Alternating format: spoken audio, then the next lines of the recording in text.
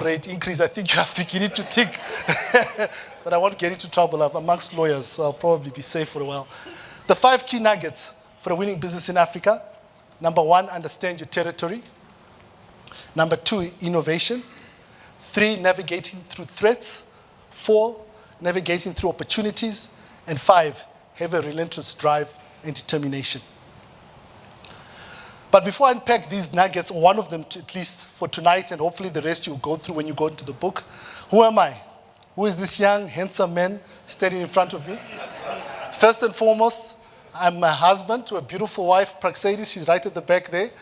Please say, woo, very nicely. I'll reap the rewards later, but thank you. But she and her colleague, Mimi Madelosi, have been playing the marimbas, and a big thank you to them. I've got 3 wonderful sons. My youngest son is here. The others felt there were more important things to do. He's here standing in the front. Arnold, please smile. The young handsome man here, I'm embarrassing him. But from a work perspective, as highlighted by my colleague, Ms. Albertine, that I've done business. I've worked for Sage, Deloitte, Alchemy by Deloitte, Elevate. So a lot of multinationals doing business in Africa. But over and above my academic achievements, my career achievements, my personal achievements this evening, I think the most important achievement that I've had to date is this. I'm a Chelsea supporter. I can feel the haters in here. I can feel the haters. Next year is our year. Just out of curiosity, how many Chelsea supporters? Just you. That wasn't funny. So why am I here? Why am I here? I think like all of you sitting in this continent in this time, irrespective of the challenges, irrespective of the load shedding, I truly believe deep in my heart, Africa is open for business. And it's a passion and a reality that I embrace and I unpack in the book that I share with you today. So before I leave you with the first nugget, I just want to set the scene of the fight, because this is absolutely crucial for you to grasp the context with regards to the nuggets that you'll unpack in the book. In 1974, George Foreman was the world boxing champion. He was young, he was arrogant, and he was undefeated. He represents that organization that has been successful in Europe, in Asia, in America, even in South Africa, and for them to grow into the African market, it's a walk in the park. He represents the market leader. Muhammad Ali in 1974 was no longer the world boxing champion. If anything, he was trying to claw back to that title. And he represents the underdog. He was older than George Foreman. He was not as strong as George Foreman. But one thing was absolutely crucial. He was just as hungry to win the fight or to win the market landscape. So he represents the underdog. He was one who coined the phrase, float like a butterfly, sting like a... It shows your age. You're no longer millennials. The location of the fight was absolutely more crucial. It was spot bang right in the middle of Africa, in a city called Kinshasa, in a country called Zaire, the present-day DRC. The world had never seen a fight of this magnitude in a place like this before. The culture was different. The people were different. The smell, the environment was totally different. And that's the thing about Africa. As much as there's opportunity, there's also uncertainty. 60,000 spectators thronged the stadium on that day, coming to see the fight. And these spectators represent the customers. The guys ultimately, no matter how poor they are, no matter how rich they are, make the ultimate decision to the service or the product that you sell in the marketplace. To spice up the fight even further was this gentleman, Mobutu Sese Seko, who was the dictator of Zaire in 1974. He injected $10 million hard cash of his own money into the fight. Well, it wasn't really. He was a dictator. So, you know what I mean, But again, that's Africa. Opportunity, risk, uncertainty. All of these key ingredients to make a wonderful recipe of a meal depends on how you cook it just right. So let us start off with the first nugget, which is understanding the territory. In 1974, for the fight, Muhammad Ali flew in a few weeks earlier than George Foreman. By doing this, it allowed him to interact and engage with the people of Zaire, to such an extent that on the day of the fight, in a stadium packed with over 60,000 people, as Muhammad Ali, the underdog, strode onto the boxing ring, the crowds were screaming, Ali Bomaye! Ali Bomaye! Which when you translate it from the vernacular, means Ali, kill him. Ali, kill him. In stark comparison, George Foreman, who didn't engage and interact with the people of Zaire to get to know them, to get to understand their culture, when he strode onto the boxing ring, the world boxing champion, even before the fight began, he had already lost the crowd. In other words, he had already lost market share. And that's one of the key fundamentals of understanding the territory in Africa, is you have to understand the very DNA of the culture and the dynamics of the people and the intricate relationships.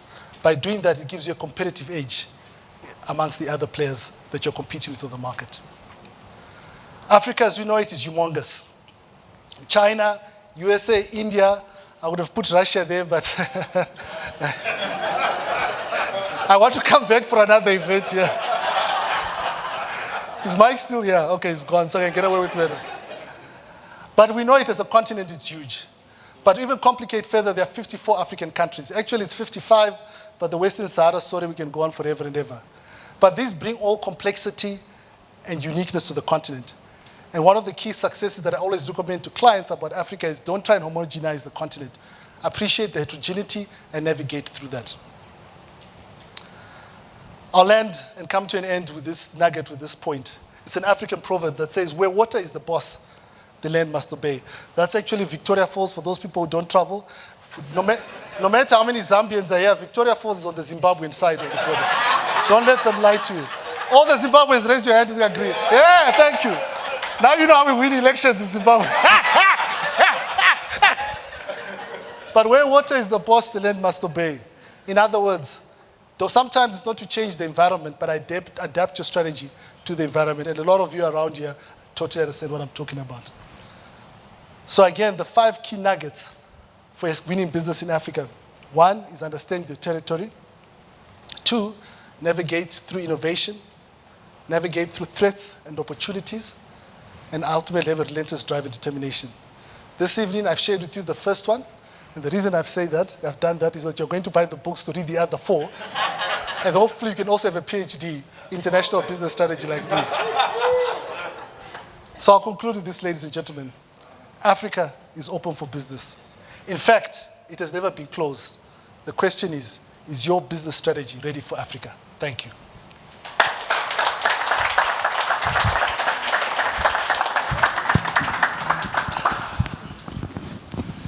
Thank you for that, Rutendo. Thank you, Cecilia. Let's rumble right into it. I'm wondering what drove you, and not just inspired, but drove you to put pen to paper and pour out all of your lessons and your heart really into this book, that you wanted to get this out there and share it with businesses?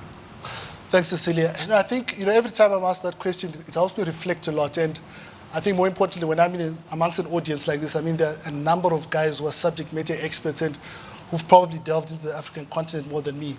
But I think it was a combination of saying I had a passion for the continent, which everybody has. I'm an individual, which obviously makes me unique. And at the same time, I think the biggest thing is you realize, like a lot of people in this room, there's a lot of beauty and challenges. And that's why I always label myself as an African realist. It's not to take away the optimism, but realizing there are challenges that are there. And I said, how can I contribute to writing a positive narrative on the continent, but in a way that draws from my own experience? And that was really what led me to write the book altogether. But at the same time, I also wanted to make it entertaining. And I think by pure coincidence, I came across The Fight Rumble in the Jungle. And the lessons that were drawn out of there, I then said to myself, gosh, here's a way I can actually put a story together. And everybody knows, some of the best ways to put a point across is storytelling. And it was a combination of passion, the vision I had, the optimism I had, even through the challenges, and also to want to leave a legacy on the continent that can not only for me and my peers, but for even beyond the generations of my kids, that led me to actually writing the book. So that's more or less, in summary, the heartfelt story of why I wrote the book. Yeah, and I think that so much of your personality comes through in the book, and the humor, which is again why I find it's an uplifting read. You finish it and you think, okay, I've not just learned lessons, but I actually think I have a bit of motivation now. I can maybe do this. Which is wonderful, and I think which we all really need at this point. I mean, we were together at a breakfast yesterday for the Rugby World Cup, which is coming up. Sport is also, as you mentioned, something that you are quite passionate about. The George Foreman, Muhammad Ali metaphor that you use, why that specifically? You know, it's an incredible story. I mean, for those, I wasn't there, I wasn't even born. I know I'm actually a millennial. I don't know why you guys are laughing, but it's what you believe you are. That's what you are. But you know, the story itself, if you look at the setting of that fight, you know, at the time, DRC was a growing economy. And the factors that contributed to that fight, if you actually watch the documentaries, what was Don Johnson, who was the boxing promoter, and Muhammad Ali and George Foreman, it was the last place they would have a world fight, boxing fight of that nature. And this is 1974 and 2023, so it's decades ago, I mean years and years ago. And you actually realize what brought them to Africa for such a unique fight, and the impact and the legacy it left is actually what's happening to Africa now. Africa has always been this place where there's a hype, there's excitement, you throw something on it and it takes off. So what happened then relates to what's happening now. And so I think to cut to the point, when I saw the impact and the legacy that fight left, and the story behind it in terms of the underdog